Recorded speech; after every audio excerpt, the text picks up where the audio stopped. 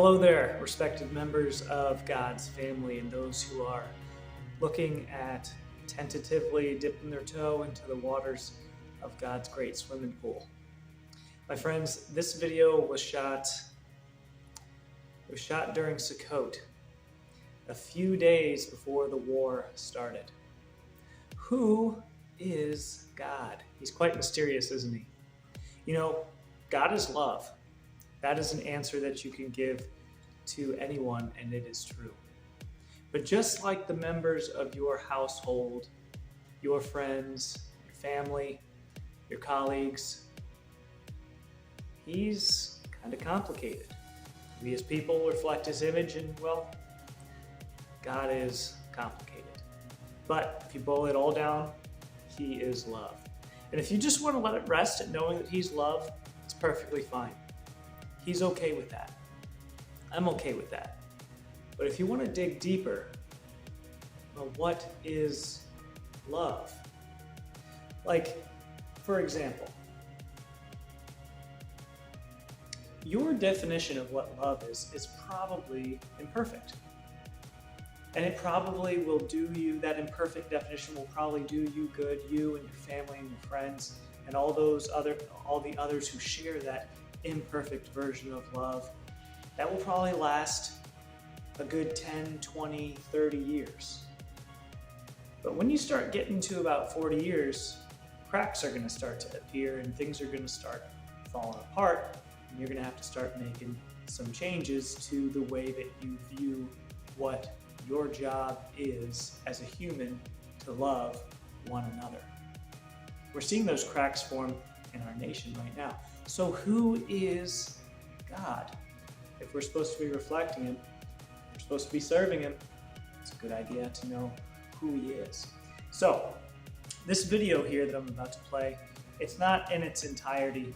A friend of mine, she recorded this sermon, this epic sermon on who God is, and you're about to see it here now. It's a little bit complicated, okay? So I'm going to give you the overview of this now, then you're going to see it, and then at the end I'm going to recap what you just learned. So there's three, I believe, main concepts going on in this.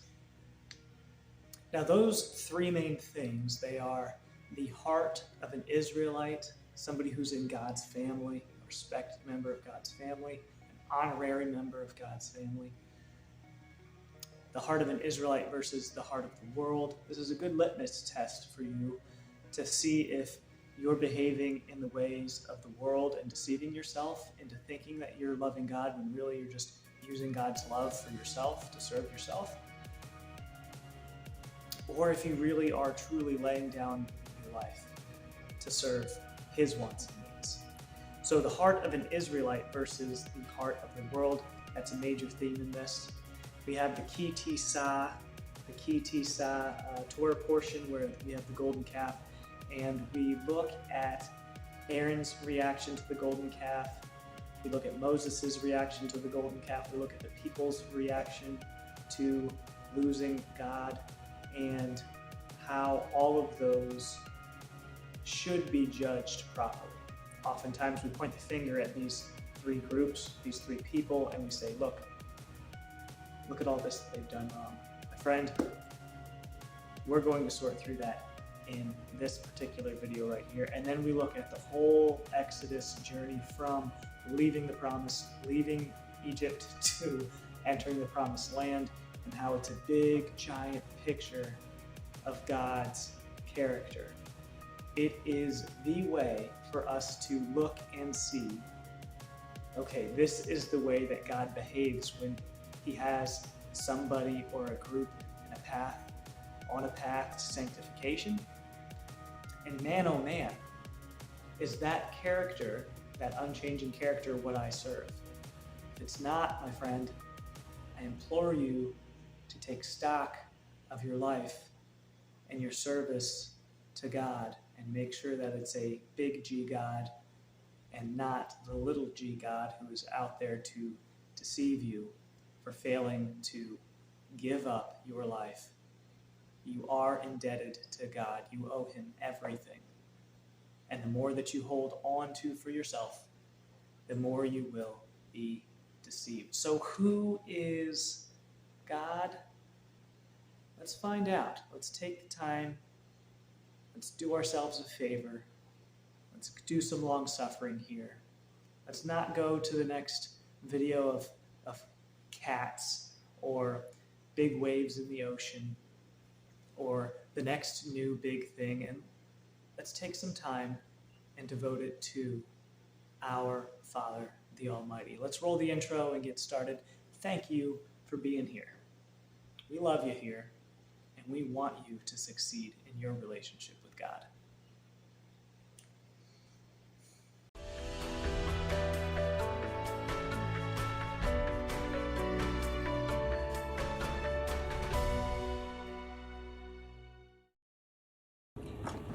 So he wants us to be strong.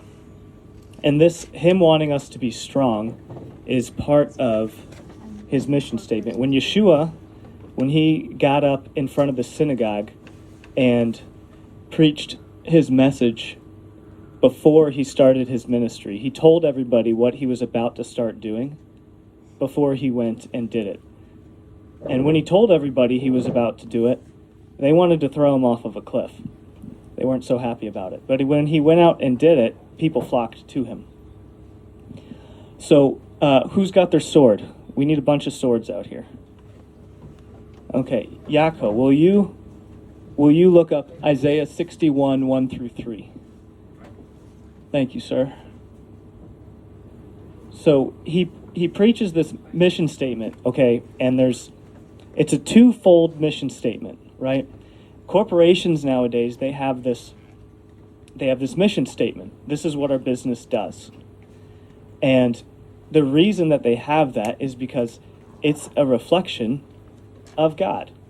God has a mission statement. It's not the other way around. It's not that God decided that was a good idea. It's that people know that reflecting God works, right?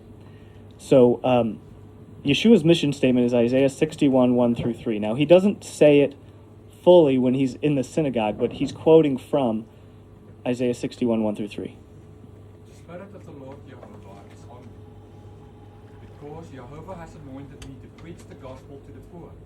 He has sent me to bind up the brokenhearted, to proclaim liberty to the captives, and the opening of the prison to those who are bound, to preach the acceptable year of Jehovah, and the day of vengeance of our Elohim, to comfort all who mourn, to appoint to those who mourn in Zion, to give to them beautiful ashes, oil of joy for mourning, the mantle of praise for the spirit of heaviness, so that they might be called trees of righteousness, the planting of Jehovah, that he might be glorified. Amen. Okay, so that's the twofold mission statement. There's two sections to this mission. The one section is salvation. There are three things there that are pointing directly towards salvation. Proclaiming liberty to the captives, opening the prison door to them that are bound, binding up the brokenhearted. That's all salvation language. And in salvation, there's not much we have to do. Like, if somebody's sitting in a jail cell and somebody comes and opens the door, the person who comes to open the door is doing all the work. The person that's being saved is just sitting back, waiting. And when the door is open, they have to walk out, right? So there's not much you have to do for salvation. But then when it comes to strengthening, there is some work to be done in this strengthening part of salvation. Now, strengthening is actually basically salvation as well, because we are weak. Even the strongest of the world are just very strong in weakness. They're strong in weakness. And then the weakest of us are stronger than that spiritually. That doesn't reflect perfectly in the world because we live in a fallen world. But that's not going to be that way forever. So this strengthening is being saved from weakness. And this language here, beauty for ashes, oil of joy for mourning, the garment of praise for the spirit of heaviness. That's the kind of language that you hear in the shuk, right? You go there and you say, hey, I want some steak. Okay, well, I'll give you some steak for a t-shirt. right? It's not like that nowadays. It's always for a certain amount of money. So in this situation, we're not giving him money. We're not giving him something that's worth anything. He's giving us these jewels, these beautiful things for garbage. But if we choose to hold on to our garbage and not let go of the garbage, he will not give us ashes, because we haven't, or we don't want him to give us ashes, right? He will not give us beauty, because we haven't given him our ashes. It doesn't say, I'll give you beauty. It says, I'll give you beauty for ashes. I'll give you beauty for ashes, oil of joy for mourning, the garment of praise for the spirit of heaviness. Having those things, beauty, oil of joy, and garment of praise, those are all things that give us strength. And this strength, it's what empowers us. And we need to be empowered in order to overcome the enemy in our lives and in the lives of those around us. Okay. Next slide, please. Okay. Can we bring this down just a tad bit here? Oh, you got it. Okay. All right, who's got some swords? We need Exodus 20:12, Matthew 7:1-5, and John 7:24. I told you that this was going to be a few different concepts all coming together. That was one concept. So you got to remember that concept, because we're talking about something else completely now. We're like going to a different chapter, and we're going to come back to that in a little bit. Okay, so Exodus 20:12, Matthew 7:1-5, and John 7:24. We need those scriptures here in a minute. So what we're going to be doing here is we're going to be building a case for our patriarchs. It says that we are to honor our father and our mother. And a lot of us have experienced family lives where we don't have a very good father or mother. And so is Yah really asking us to honor our birth parents if we don't really have them around? Oftentimes, we inadvertently, because it's just the common narrative, we speak poorly of our real fathers and mothers. Our real fathers and mothers are the people that are in this book. The people that are in this book are the ones who give us our lessons, that guide us in our morals and values and the way that we should live life. That's why we spend so much time reading the book and talking about the book. We're talking about our mothers and fathers. And so part of this is going to be building a case for them, where we oftentimes speak against them. So you guys need to be prepared for this, because there's going to be some things that I'm going to say that are purposefully going to poke at some topics that are going to maybe make you well up emotionally. And I'm asking y'all to take that emotional feeling and don't let it take authority over you. If I'm wrong, then you'll find that I'm wrong.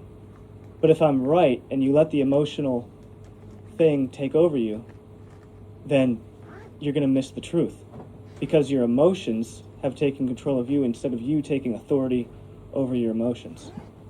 Facts come first. That's the scripture. Then faith.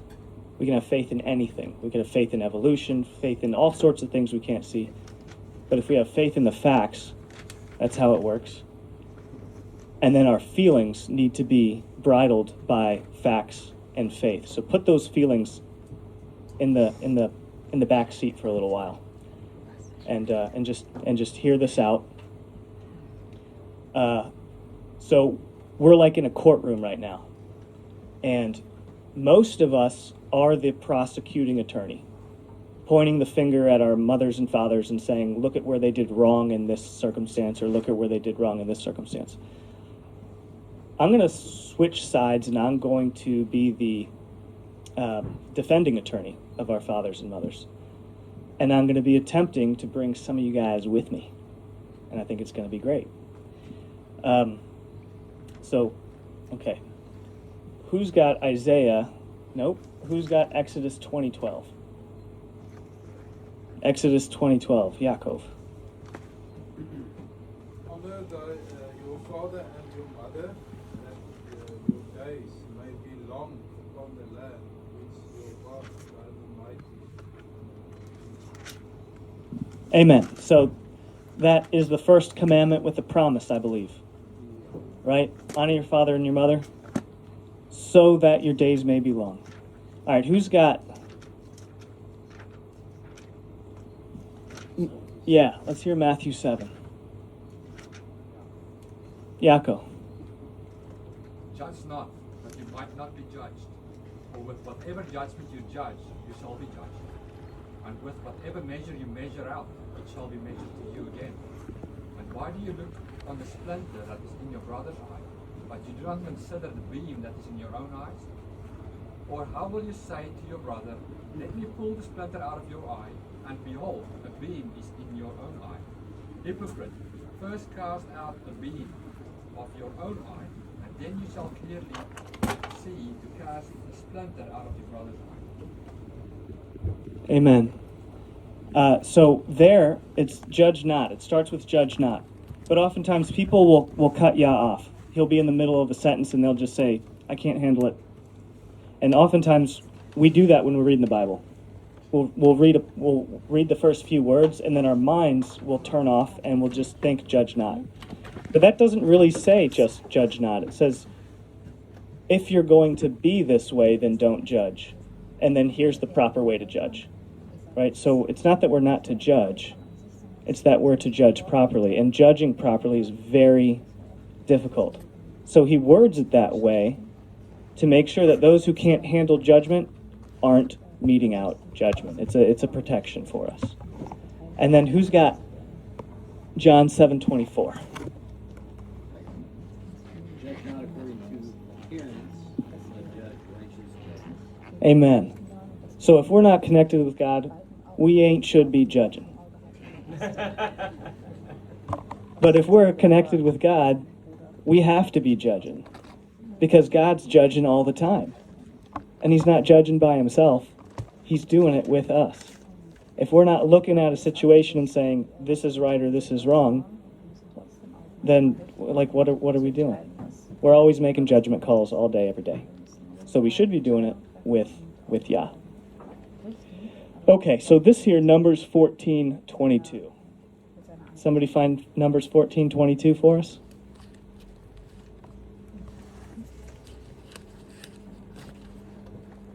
This Numbers 14:22 is it's a tool for us. This is a tool that helps us in proper judgment by giving us a picture of how Yah judges. Part of judgment is anger, but it says he's slow to anger. It doesn't say he doesn't get angry, which is today's common narrative of the professional. Like, hey, under no circumstances do we get angry. Or if we do, it's just very quick, short, and that's that. That's nice that we live in a world that's that way, but that's not really Yah's character. Yah's character is that he's slow to anger, and then hopefully he never has to use that anger, because hopefully we'll change before the anger comes out. All right, Numbers 14:22. I have it. Because all those men which have seen my glory and my miracles, which I did in Egypt and in the wilderness, and have tempted me now these 10 times, and have not hearkened to my voice. Surely they shall not see the land which I swear unto their fathers, neither shall any of them that provoked me see it. But my servant Caleb, because he had another spirit with him. Are you just 22? Just 22. Oh, okay. Just that's 22. it, yeah. So I don't know if you guys caught that, but he was saying, you guys have provoked me these 10 times. You guys are familiar with this, right? Okay, so these 10 times, I always thought these 10 times were like, he was just saying, you stiff-necked people provoked me a bunch. But it turns out that there were 10, he was referring to 10 specific times. That's somebody else's teaching. That's Ephraim Judah of Lion and Lamb Ministries.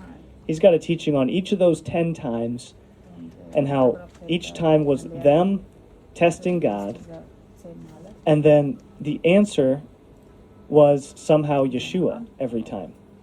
It's a beautiful teaching. Now what Yah showed me on this teaching is that if you look through these 10 times, these are not the 10 times up here. These are just a few.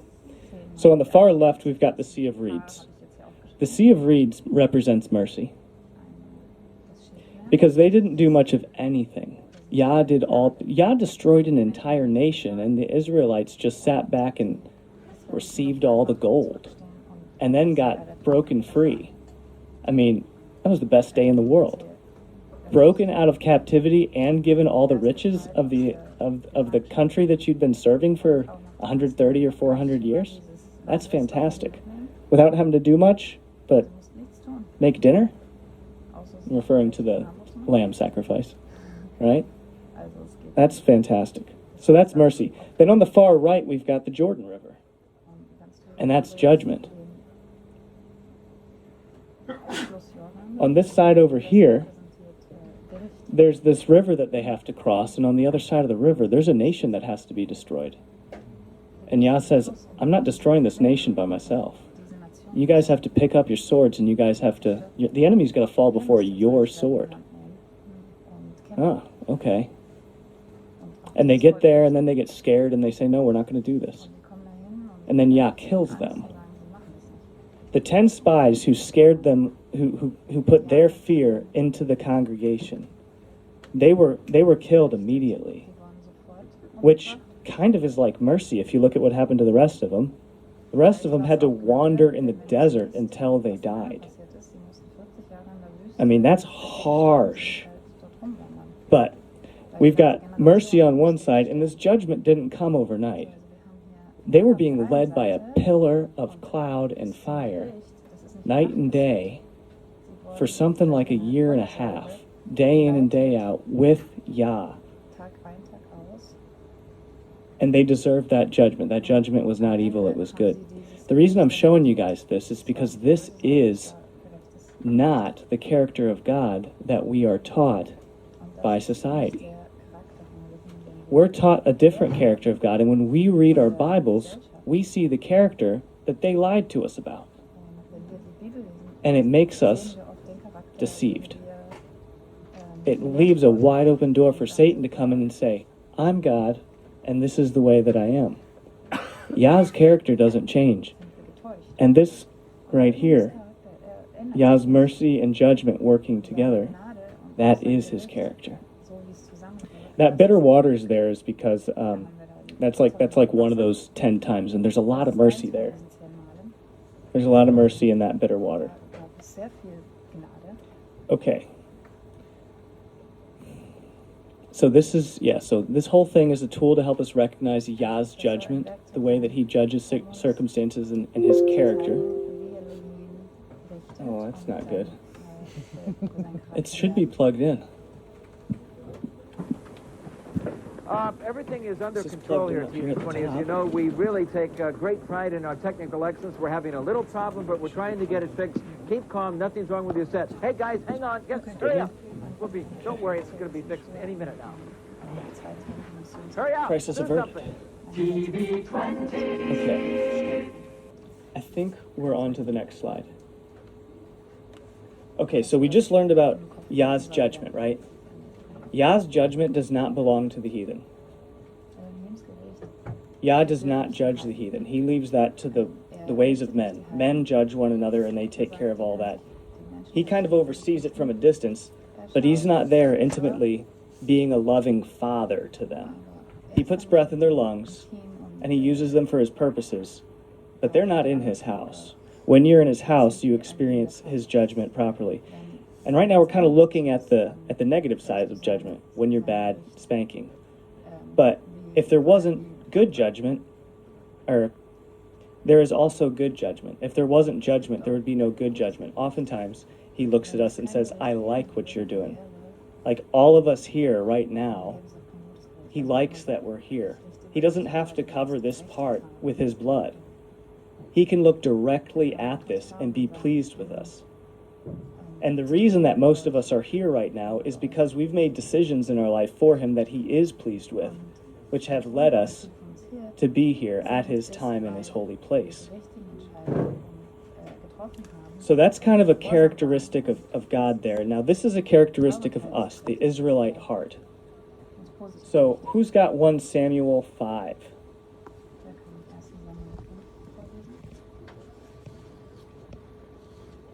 1 Samuel 5. How far do you want to read? I don't know. I think I'm going to stop you when... Okay. How many verses is it? 12. Let's read the whole thing. Let's try. And the Philistines took the ark of Jehovah and brought it from Ebenezer to Ashdod. And the Philistines took the ark of Jehovah and brought it into the house of Dagon and set it beside Dagon.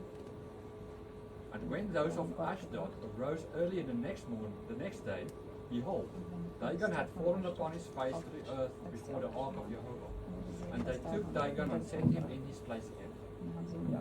And when they arose early on the next morning, behold, Dagon had fallen on his face to the earth before the ark of Jehovah.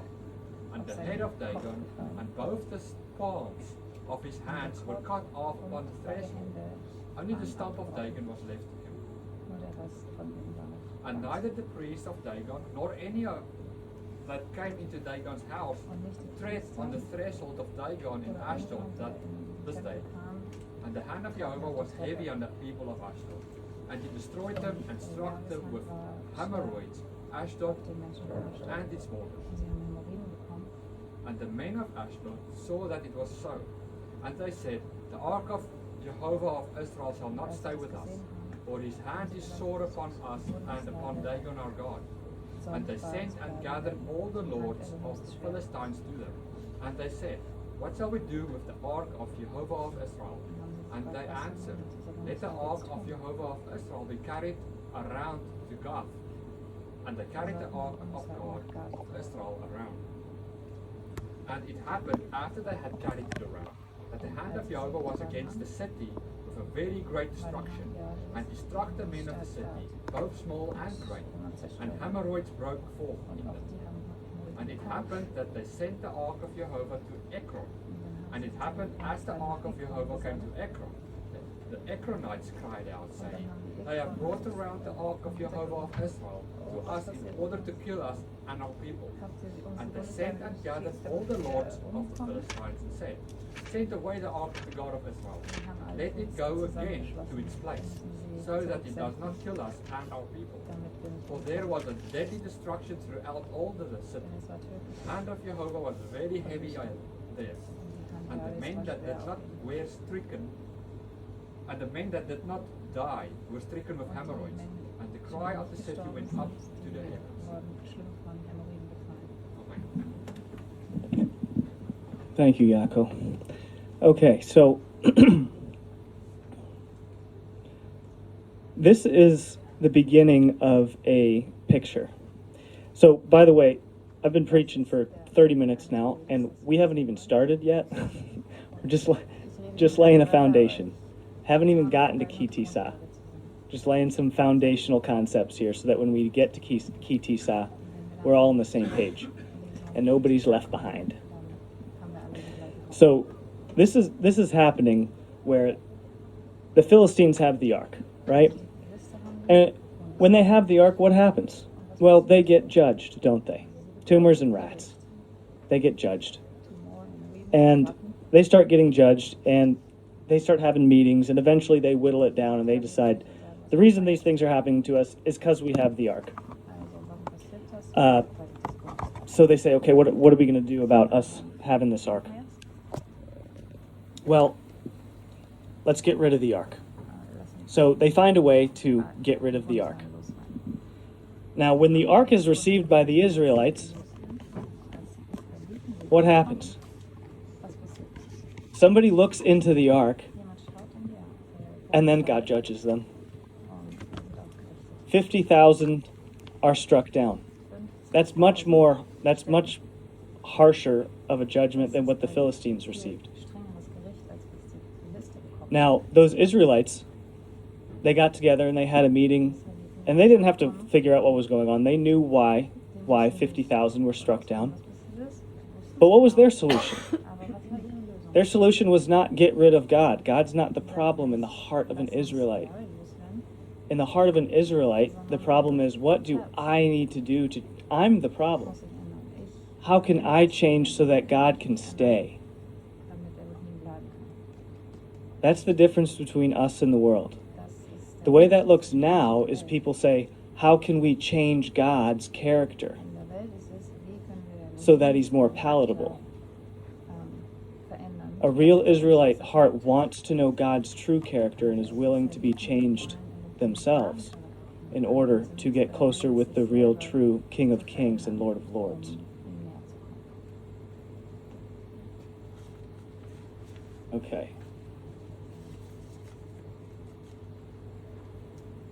So, I think we got a few scriptures coming up here. 34:19, Exodus 34:27, 1 Timothy 1:8 through 11. Okay, now we're getting into Kitisa. Now, this golden calf incident is very interesting. Kitisa is the Torah portion where the golden calf occurred. Now, a lot of people like to point the finger at Moses and say, look at all Moses did wrong here. And then they like to turn to Aaron and say, look at all Aaron did wrong here. And it's really easy to turn to the people and say, look at all that the people did wrong here. But I'm going to turn this around a little bit, and I'm not going to say that they were completely right, because they weren't. But I'm going to say that they were on the right track, that they had the right heart. But it was impossible for them to follow the right track because they didn't have the strength to carry out what they wanted to do. They didn't have the strength, they didn't have the skill, they didn't have the ability, one or the other. And God needed to put them through chastening in order to give them those skills to be strengthened, to be empowered. They had already received salvation, and they were starting to move into empowerment. So who's got Exodus 34:19? All that opens the womb is mine, and all your male livestock, the firstling of the ox or sheep. Is that Exodus 34:19? That's not the right one. What do you want to do? The one where it talks about Moses being angry with the people once he's come down from the mountain and sees them. True Israelites, not. What? They gotta be true Israelites, not God's fault. 32:19. Thank you, miss. 32:19, Yaakov. Let's try this again. Okay. I apologize. How can I change to let God come closer? It's still a good verse. Just got to go back 2 chapters. We're good to go. And it happened. As he came near the camp and saw the calf and dances, the anger of Moses became hot. And he threw the tablets out of his hand and broke them at the bottom of the mountain. Yeah. Andy, could we go to the next slide? There are more verses? You don't want them?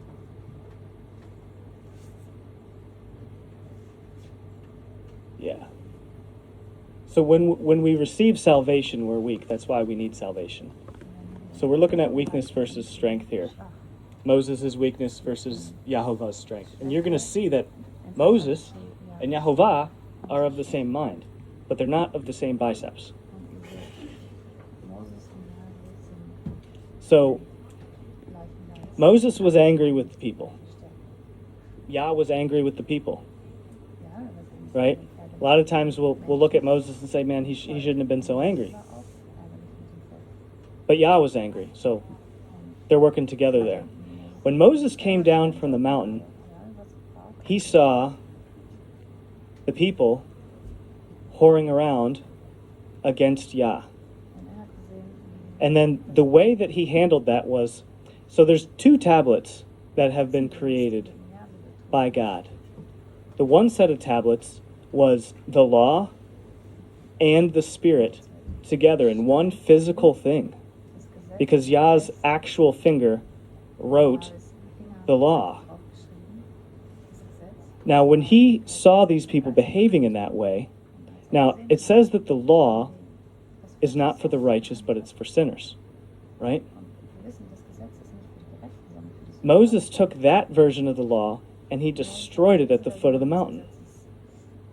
He took this gift, this good thing, and took it away because they weren't behaving in a way that was, they were recalcitrant to the Lord. So then he turns around and goes back up the mountain, and he gets another version of the law. And this version of the law is not written by the finger of God. This is now the letter of the law. And some of the Spirit's there because it's written by Moses. But it's not written by the finger of God. So now they have this other, it's not another version, but it's definitely different. It's not the same thing, you know? So they have this law, and this is the law that they go forward with. So Moses didn't do much wrong there.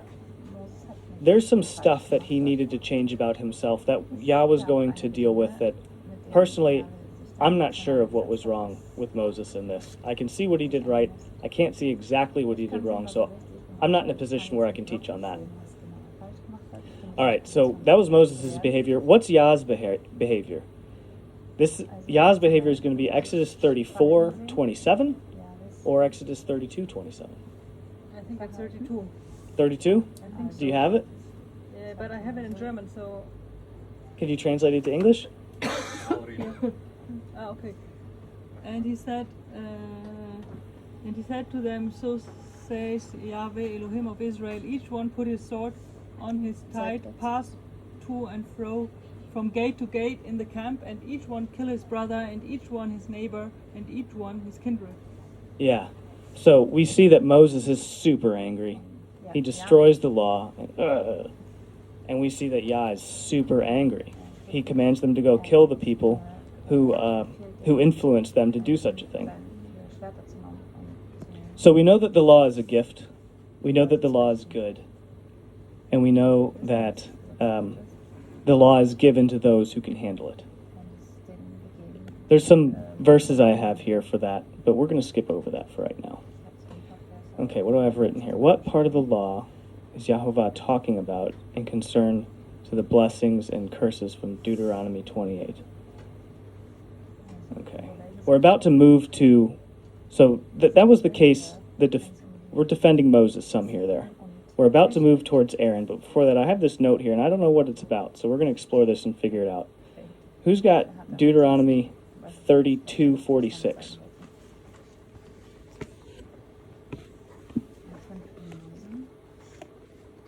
Where exactly? 32:46.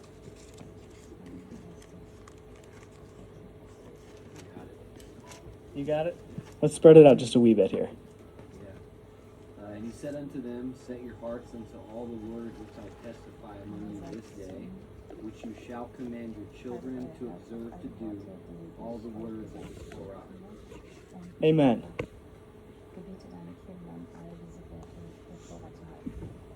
So, okay, that word yom, day, these words that I command you this day, he's not talking about today. I mean, obviously he's talking about today because he wrote them that day, or someday close to it. But there's a few other definitions of the word yom, which translate to us in English as well. The third and fourth definitions are days or lifetime, or four is a time or a period. So the point that I'm making here is this law that was given to them is all the law. It says somewhere in there, all of this law, which I give you this day, this time period. This is what's good, all of the law. Not some of it, not what's comfortable to our hearts, not what the world can put up with. All of the law is the law, right? If you're going to invite someone over to your house, you can't have part of them and maybe you don't like their biceps, so their biceps have to stay home. Like, that doesn't work like that. That person is either all there or not. Yah's law is the same way. So, okay, we're going to move forward to Aaron now. I need Exodus 32, verse 2. Now, remember what I told you guys about feelings earlier? Pocket those feelings, because they're about to try to come up, I promise you that. Because all of you most likely either believed or currently believe something that is not true and you're not going to like me telling you that you're wrong, and it's difficult to carry the truth when everyone's always telling you that you're wrong. So just hear this out, and if you want to keep being wrong, it's okay. Just hear this out. So who's got Exodus 32, verse 2?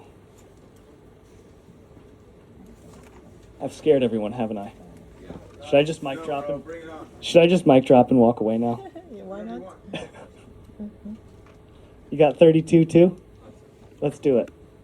And Aaron said to them, break off the golden earrings which are in your ears of your wives, of your sons, and of your daughters, and bring them to me.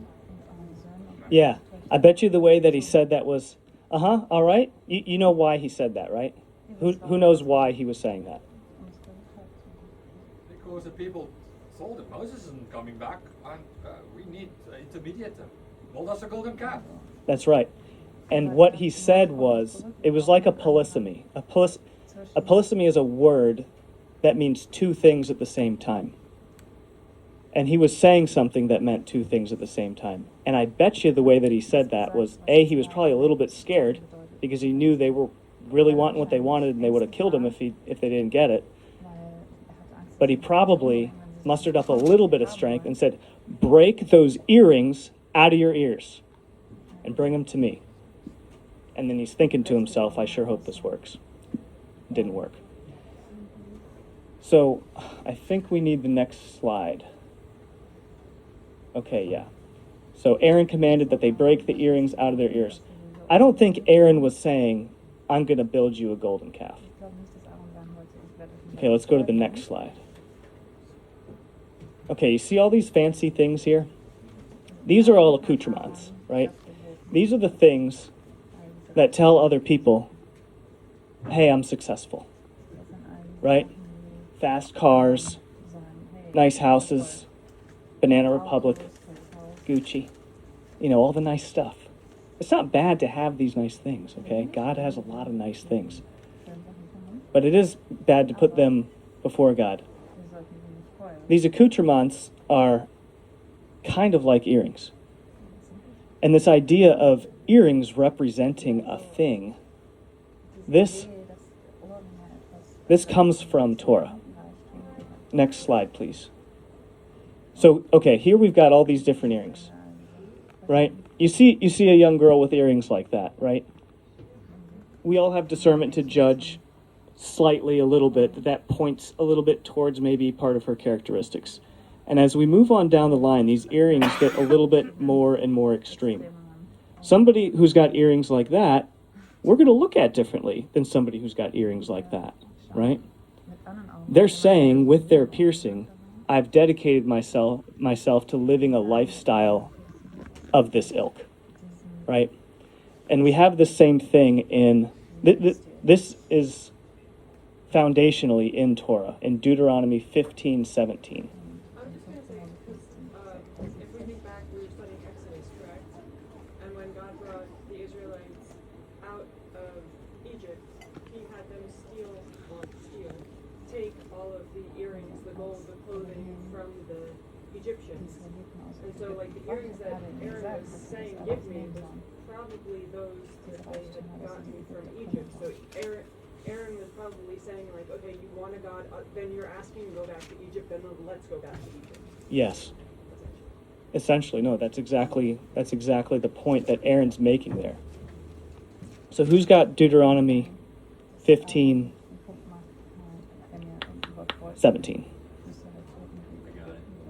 Let's hear it. Then you shall take an awl and thrust it through his ear unto the door, and he shall be your servant forever. And also unto your maidservant you shall do likewise. So this is the only law concerning piercings. And in this particular instance, it's a good thing. When a slave has been a slave for a certain amount of time, and then you say, all right, you've done well, here's everything that you need to succeed on top of the skills that you've learned, that you needed to not become a slave to begin with. I've given you all the skills, here's all the stuff. Now, you're free. Go do the best that you can. And they say, I don't want to leave. I love my master. Then this piercing goes through their ear. And it says, I am a slave to this household. right? This is a picture of us with Yah. Because at first, when we're baptized into Yah, we have a certain idea of who He is. And as we grow closer and closer to Him, that idea changes. Because the great deceiver is out there deceiving us to begin with. And there's another point where we have to decide, do I really want to continue to serve Yah now that I see who He really is, as compared to who I used to think he was? At that point, then you're really, truly, honestly giving your life to the real, true God. The earring, like she was saying, is a representation of who you serve. And these earrings that were in these ears of the Israelites were them serving Egypt. And that's what Aaron saw. Aaron saw, this idea that you're trying to make happen is not servitude to God. It's not servitude to Moses. You guys are serving Egypt. Break the earrings out of your ears and give them to me. But then they forcefully made Aaron make the golden calf. And he fashioned it.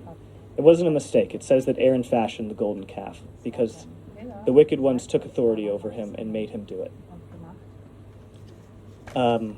Okay, Exodus 32:1. I have this here for some reason. I think this is going to be a scripture verse that pretty much sums up what I just said. Exodus 32:1. When the people saw that Moses delayed to come down from the mountain, the people gathered themselves to Aaron, and they said to him, Up, make us gods who shall go before us. For this Moses, the man you brought us up out of the land of Egypt, we do not know what has become of him. Yeah. So the note here is that Moses is the strong leader. The strong leader was up the mountain hanging out with God. And the weaker leader was in charge of the people. And the weaker leader learned the lesson that he needs to be stronger if he's going to keep these people under control. And as a good brother, he probably realized, I need to become stronger so that all this weight isn't on my brother. Because this is tough. I failed. Right? His heart was at the right place, but he didn't have strength. Just like all of us, we need to have strength in order to overcome the enemy. It says that the enemy is going to be under our feet. Yah doesn't do all that for us. We have to get strength and put the enemy under our feet. We don't do this in our own strength. We do this by continually serving and being close with Yah. And when he says, I would like to chasten you, we have to say yes, because he'll allow us to say no, and then he'll turn his back on us, and we'll be deceived. And I don't want anyone here to be deceived. If our group is going to continue to grow with God, we are expected to grow. He's not going to do it all for us. So they were bad-mouthing Moses, and he says, I know this isn't good. Break those earrings out of your ears. All right, next slide, please. So, Aaron says, break those earrings out of your ears. How do we know that this is the same mind as Yah? Where does Yah tell them to do this exact same thing? Well, I'll tell you what, he did. Yahovah commanded that they strip themselves of their ornaments. I think this is... Nope, it's not one of those. Okay. Exodus 33, 5 through 6.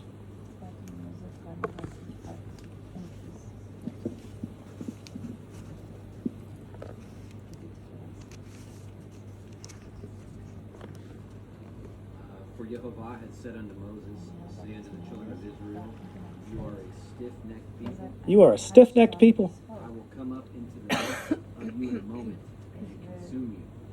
Therefore now put off your ornaments from you, that I may know what to do unto you. Put off your ornaments from you. And the children of Israel stripped themselves of their ornaments by the mountain of Horeb. And the children of Israel stripped themselves of their ornaments by Mount Horeb. Do you hear how there is a monumental air to that particular verse? That was a huge hurdle there. They stripped themselves of their ornaments by Mount Horeb. This was awesome. Why did they do it? Because Yah says, take those ornaments off of you. Did you say hey, Tom? No. Ah.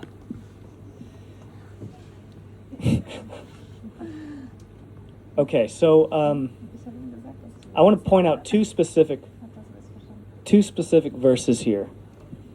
And will you go to the next slide and see if there's a couple of Hebrew words there? Oh, yes, there are. Did a good job. Okay, and down a little bit.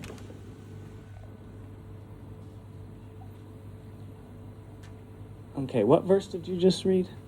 Exodus 33, 5 through 6. Will you also read 7 through 11? And Moses took the tabernacle and pitched it outside the camp, afar off from the camp. So they just stripped themselves of their ornaments, right? They did this good thing. And then the result of it, Yah gives them a good thing, right? There's a tabernacle now. Not the tabernacle, but Moses is pitching what he's calling the tabernacle. Hasn't been made yet. He's just pitching a tent and calling it the tabernacle. Far off from the camp, he called it the tabernacle of the congregation. And it came to pass that everyone which sought Yehovah went out unto the tabernacle of the congregation, which was outside the camp. And it came to pass when Moses went out unto the tabernacle, that all the people rose up and stood every man at his tent door, and looked after Moses until he was gone into the tabernacle. And it came to pass as Moses entered into the tabernacle, the cloudy pillar descended and stood at the door of the tabernacle. And Yehovah talked with Moses. And all the people saw the cloudy pillar stand at the tabernacle door, and all the people rose up and worshipped, every man in his tent door. And Yehovah spoke unto Moses face to face, as a man speaks unto his friend. And he turned again into the camp. But his servant Joshua, the son of Nun, a young man, departed not out of the tabernacle. All right, so we're about to move towards making the case for the people. And that's kind of the beginning of it right there. Now, who's got Exodus 32:30 through 33:6? And it happened on the next day. Moses said to the people, "You have sinned a great sin, and now I will go up to Jerusalem. I will go up to Yahweh. Perhaps I shall make an atonement for your sin." And Moses returned to Jehovah and said, "Oh, this people have sinned a great sin, and have made themselves gods of gold. And now, will you forgive their sin?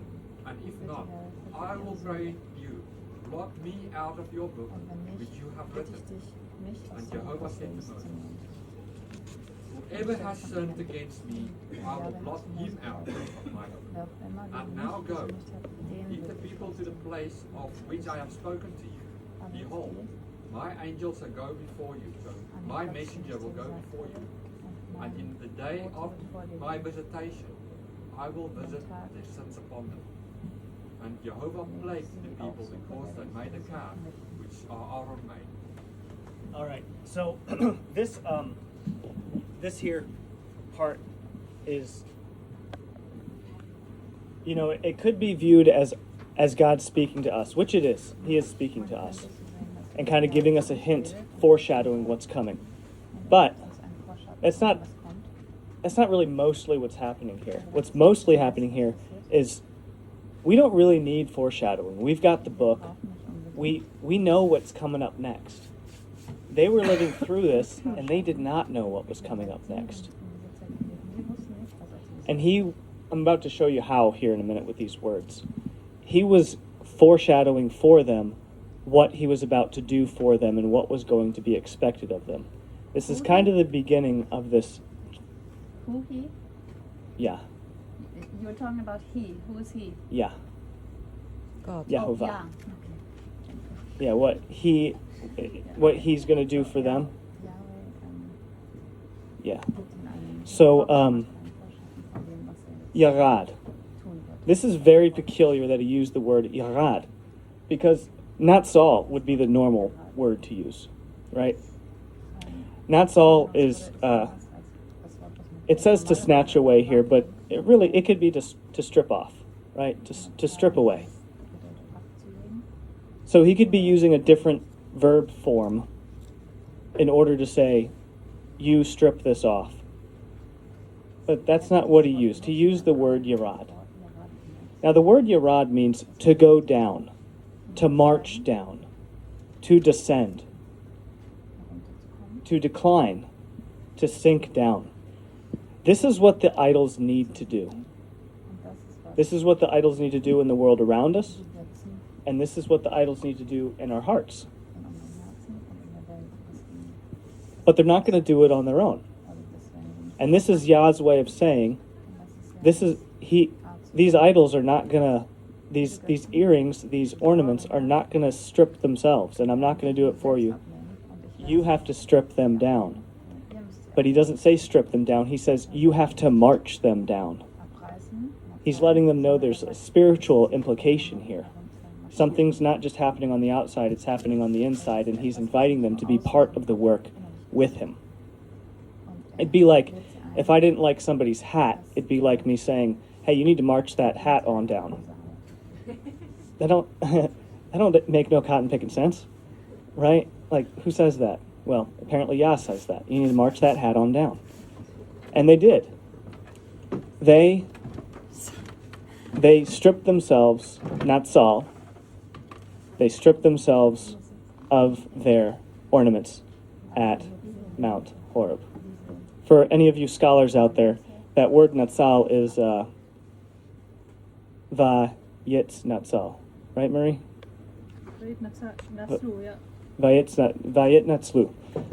So that's the hit pile, and the hit pile form is the reflexive, to do something to oneself. It wasn't stripped off of them. They did it to themselves. They stripped the ornaments off themselves. The idea here is that they're beginning to do work with God instead of sitting back and letting God do everything while they just receive the bounties of glory. All right, next slide.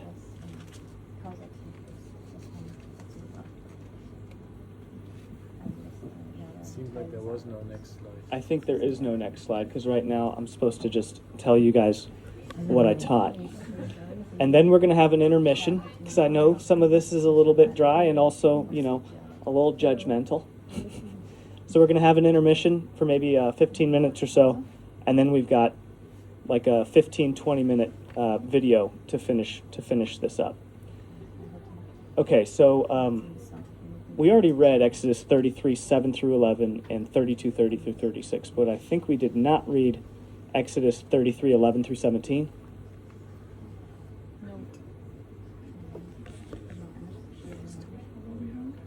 Are we still missing 11 through 17? All right, so y'all. I have it. Yeah? I can read it. Okay, hold on. Don't harden your hearts to what you're about to hear. This is an opportunity, and this is important for you. This is being told to you because God loves you incredibly, and He wants to be near to you, but He will be who He will be, and He's not going to change. We have to change. Do not harden your hearts to what you're about to hear. All right, 11 through 17, please. And the Lord spake unto Moses face to face, as a man speaketh unto his friend. And he turned again into the camp. But his servant Joshua, the son of Nun, a young man, departed not out of the tabernacle. And Moses said unto the Lord, See, thou sayest unto me, Bring up this people, and thou hast not let me down, whom you will send with me. Yet thou hast said, I know thee by name, and thou hast also found grace in my sight. Now therefore I pray thee, if I have found grace in thy sight, shew me not thy way, that I may know thee, that I may find grace in thy sight, and consider that this nation is thy people. And he said, My presence shall go with thee, and I will give thee rest.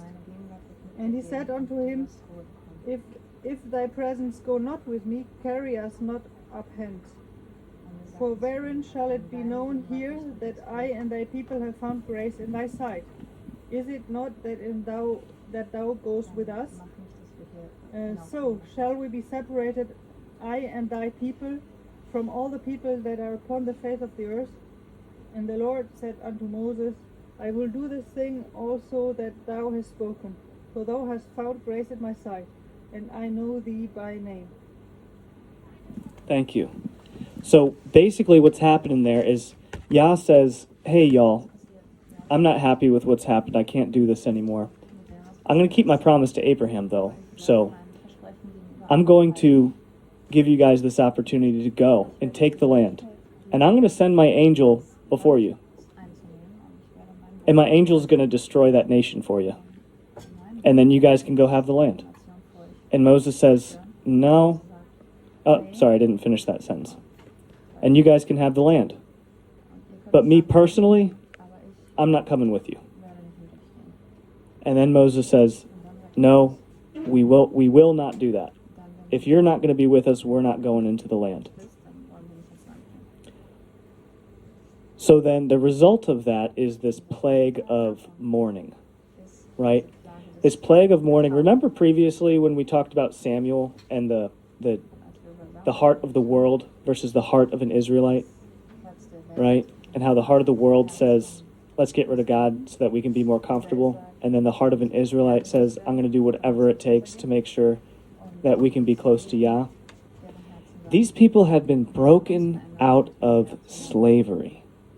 Generations of slavery. They had been given all of the riches of this kingdom.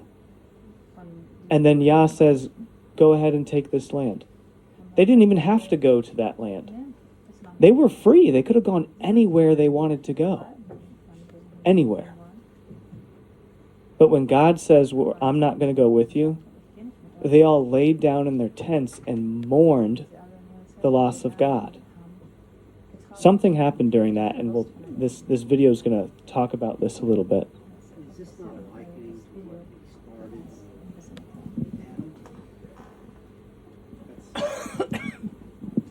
started? How do you mean?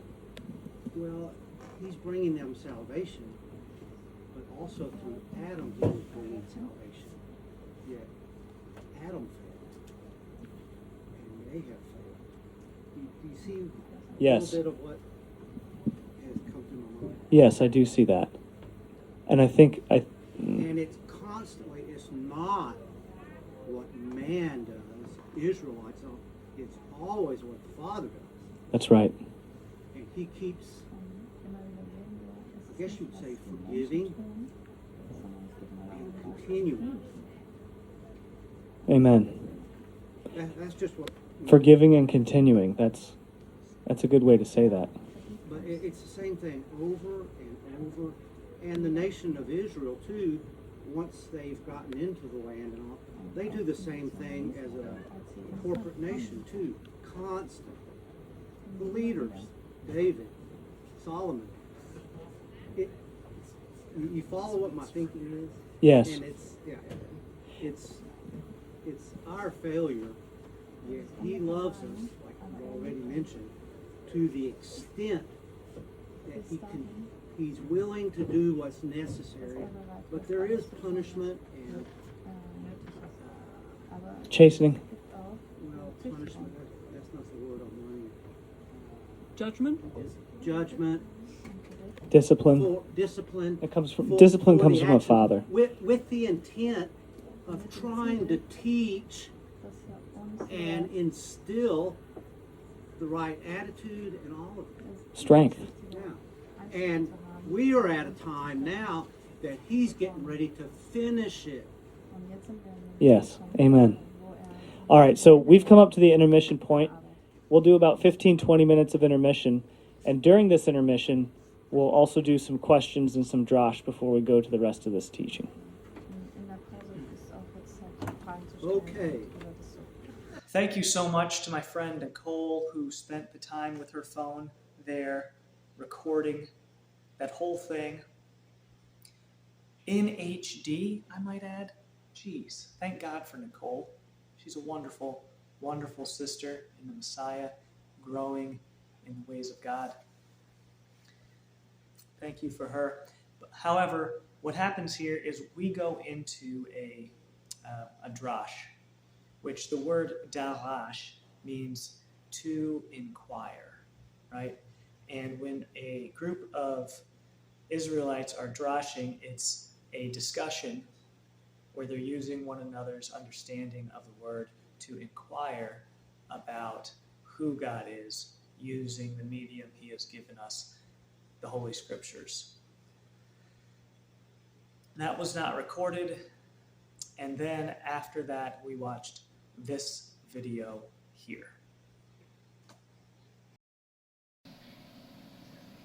So he came to Nazareth, where he had been brought up, and as his custom was, he went into the synagogue on the Shabbat and stood up to read, and he was handed the book of the prophet Isaiah. And when he had opened the scroll, he found the place where it was written, "The Spirit of Yahuwah is upon me, because he has anointed me to preach the gospel to the poor. He has anointed me to heal the brokenhearted, to preach deliverance to the captives and recovery of sight to the blind, to set at liberty those who are oppressed, to preach the acceptable year of Yahuwah." Then he closed the book and gave it back to the attendant and sat down. And the eyes of all who were in the synagogue were fixed upon him. And he began to say to them, "Today this scripture is fulfilled in your hearing." So all bore witness to him and marveled at the gracious words which proceeded out of his mouth. And they said, "Is this not Joseph's son?" And he said to them, "You will surely say this proverb to me, 'Physician, heal yourself. Whatever we have heard done in Capernaum, do also here in your country.' Then he said, 'Assuredly, I say to you, no prophet is accepted in his own country. But I tell you truly, many widows were in Israel in the days of Elijah, when the heaven was shut up 3 years and 6 months, and there was a great famine throughout all the land. But to none of them was Elijah sent, except Zarephath, in the region of Sidon, to a woman who was a widow. And many lepers were in Israel in the time of Elisha, the prophet, and none of them was cleansed except Naaman the Syrian.' Then all those in the synagogue, when they heard these things, were filled with wrath, and rose up and thrust him out of the city, and led him to the brow of the hill, a cliff, on which their city was built, that they might throw him down over the cliff. Then passing through the midst of them, he went his way. This is the 4th video in the Ki Tisa series. The first 3 videos were kind of the style of a courtroom, where we look at our preconceived notions as being the judgmental prosecuting attorney, basically prosecuting the brethren, and where I have attempted to bring you guys along with me in being the defending attorney, to use righteous judgment and looking at their actions. If you haven't seen those videos, there should be links on the screen popping up and in the description box. So we've righted Moses, Aaron, and the people, our view of them and where they were. Now let's backpedal and put this into real, solid reality. Yes, their hearts were in the right place, but every single one of them was weak. Why were they weak? It's because they hadn't been empowered yet. Is it Yeshua's purpose to empower his people? That's the question here. And I'm going to say the obvious answer is yes. That scripture I just read there, that you heard, that is the first thing that Yeshua publicly announced before going to do his mission. Just like a corporation has a mission statement, Yeshua also has his mission statement, and that was it. This is what I have come to do. This is what I have been anointed to do. And then he goes out and spends several months doing it. Where did he get that from? He got it from the scroll of Isaiah. In our Isaiah chapter 61, 1 through 3, it announces, the very first thing he says is, the Spirit of Yah, Elohim. He calls the Holy Spirit. This is all about God. His Spirit is upon me. Why is he upon me? Because he has anointed me. Okay? He's upon me because he's anointed me. What has he anointed me to do? And then there's 3 things here. This is a 2-fold mission.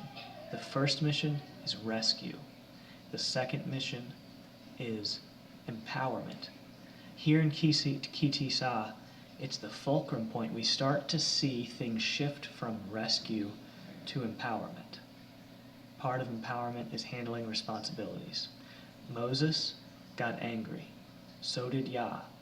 Yah handled his anger differently than Moses did. Just because Moses throwing down the tablets means that the law was removed from the people who weren't responsible with it and that was a good thing, doesn't mean that Moses throwing down the tablets was a good thing. It just means that Yah is graceful. Now, we have Moses being on the right track but messing up. We have Aaron. Break off those earrings out of your family's ears and bring them to me. But then he wasn't strong enough to overcome the intentions of the wicked crowd. On the right track, but messing it up. Then Yah kills the 3,000 really, really wicked men, and we're left with the people who aren't super bad apples.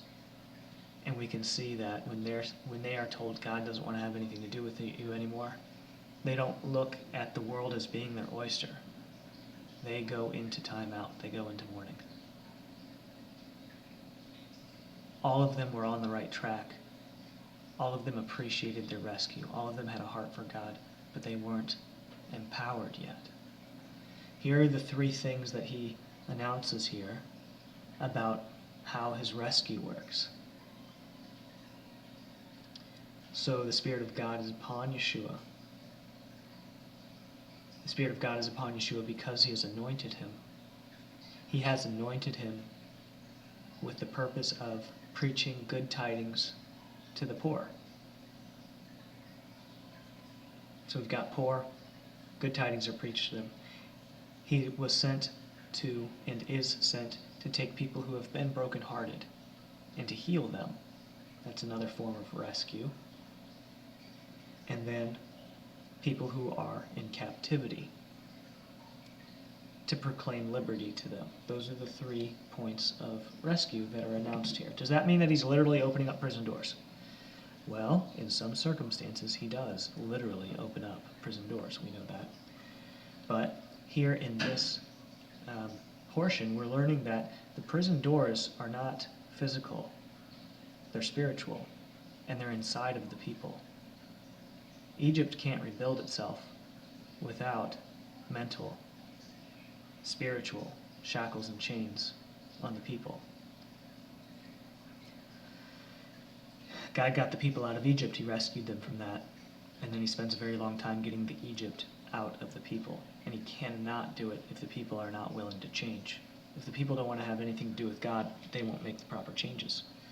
So here we have the rescue part. Everyone in the Christian world that I know of is cool with that.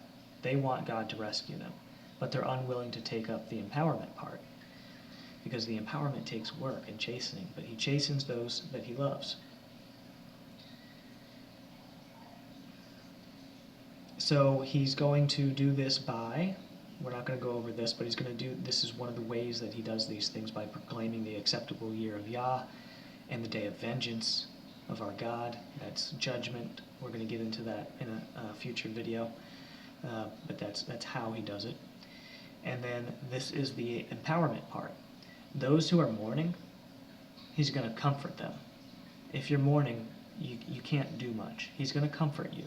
This is a fulcrum point here, switching gears, moving towards that empowerment part. He's not just going to comfort everyone who mourns. He's going to comfort those who mourn in Zion. The people who are in Zion are Israel, the people with the proper understanding, with the right heart. Here's the empowering. We've got ashes. We can't do anything with those ashes. He's going to give us beauty in place of those ashes. And what do we do with that beauty? Well, we rescue and then we empower others. He's going to give us the oil of joy in place of mourning. He's going to give us the garment of praise in place of the spirit of heaviness. Those are the things that are within us. Those are the wicked treasures that are inside of people. He wants your ashes, and he's going to give you beauty for them. Give him your mourning, and he'll give you the oil of joy. Take your spirit of heaviness and sell it to him, and he will give you the garment of praise if you've been rescued. Why does he do all this? So that we can be called trees of righteousness, the planting of Yah that he may be glorified.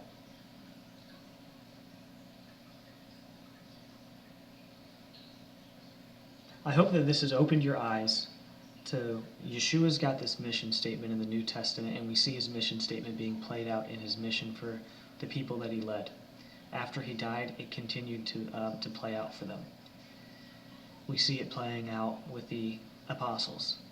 And here in the Old Testament, we see the very same thing playing out. He rescues people, then he empowers them. Yeshua is the Lamb who was slain before the foundation of the world. No man comes to the Father except through him. Okay, so that's the overarching theme of Ki Tisa. It is a fulcrum point that moves us from rescue to empowerment in Yeshua.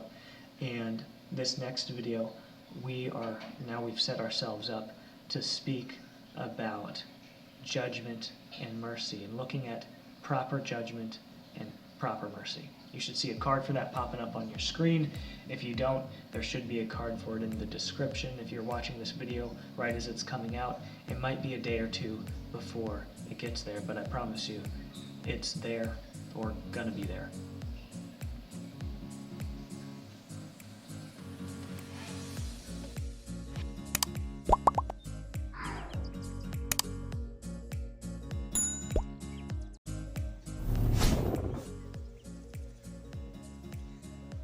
So my friend, there you have it. Those are some clues on who God is. Now, nobody can just tell you who God is. It says in Proverbs that it is the glory of God to conceal a matter, all right? Failing to tell the whole truth when you are in justice, when you are just, it's not a lie. It is good to reflect God and conceal things that people cannot handle. That's why he speaks in riddles and dark sayings. That's why Yeshua spoke in parables. Because you can't just go, when you're talking to a whole crowd of people, you can't just go telling them the secrets. You have to make them think. And if they're not willing to invest their time in inquiring of the Lord of what's being said, then they're not worthy of that information. And sometimes not being worthy of the information doesn't necessarily mean that they're evil. It just means that they're still young and they just can't. If you give a good person information that they're not strong enough yet to handle, it's a real bad thing. So there's 3 things here that we have learned. By the way, that giving somebody who's not strong enough information they're not ready yet to handle, that's what's happening in the world around us with psychedelics. The whole tripping on acid and mushrooms and smoking weed and all that stuff that enlightens a mind, what it's basically doing is giving young kids keys to truths, partial truths, but still truths that are way too much for them to handle at the time. That's why the average person like that, the average person who behaves in that way, taking those drugs, when they're on those drugs, they kind of shut down. They're not able to function. It's the same thing as somebody who's carrying a weight that's too heavy for them to carry. It shuts them down. So there's 3 main things that we learned here about who God is. The first thing that we learned is that God's intention is to strengthen you after you've been saved. And the way that he strengthens you is through his process of sanctification, which we see in the Exodus journey from Egypt to the Promised Land. The next main thing that you learned about who God is that he's the perfect mix of mercy and judgment. And when we, as individuals and communities, come out of our proverbial Egypts, God is exercising an abundance of mercy. We're sitting in a prison cell and he comes and does everything for us and carries us like babes because he loves us out of that. And because he loves us, once he sets us on our feet, he begins to require us to be able to do more and more, not ourselves, but with him. And if we continue to be a weight instead of serving him, well, he doesn't like that so much, and he will allow us to be fed to the enemy for the saving of our souls, for our strengthening. And And the third thing that we learned here is that a heart that is set on love for God is willing to give up anything to please God so that they can be with Him. And the heart of the world will always try to manipulate what God is to serve themselves. My friends, my loved ones, even my enemies, God's love for you is tremendous. He put breath in your lungs. He put ruach in your body to keep you moving forward. Whether you want to or not, you will be serving Him. His love for you is so incredible. Do not believe the lies of the enemy, my beloved, my dear ones. The enemy will constantly try to tell you that you are worthless, that you are no good. It will point to things that are true and twist them and blow them out of proportion. And the enemy will also completely make up lies about you. Live above reproach. That doesn't mean that you try to make sure that you please everyone around you. Your value is on high. You will never please everyone around you. Please God and trust in Him in His chastening.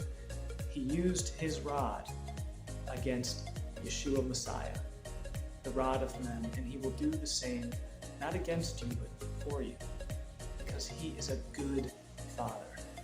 Have the diligence and trust and the endurance to trust Him. We love you here too. If you have any questions or comments, please be respectful and leave them in the comment section. And if you need some help, don't be afraid to reach out. Me and my team and I, we have a proclivity towards suffering to help people, so long as they're willing to suffer to help themselves. Send us an email. We are here to help. God bless you. We love you. Have a wonderful day today. And watch this video over and over again until all of the beautiful truth of who God is sinks further and further in, and you become very comfortable with the information, able to even explain these concepts to others as a stalwart of righteousness.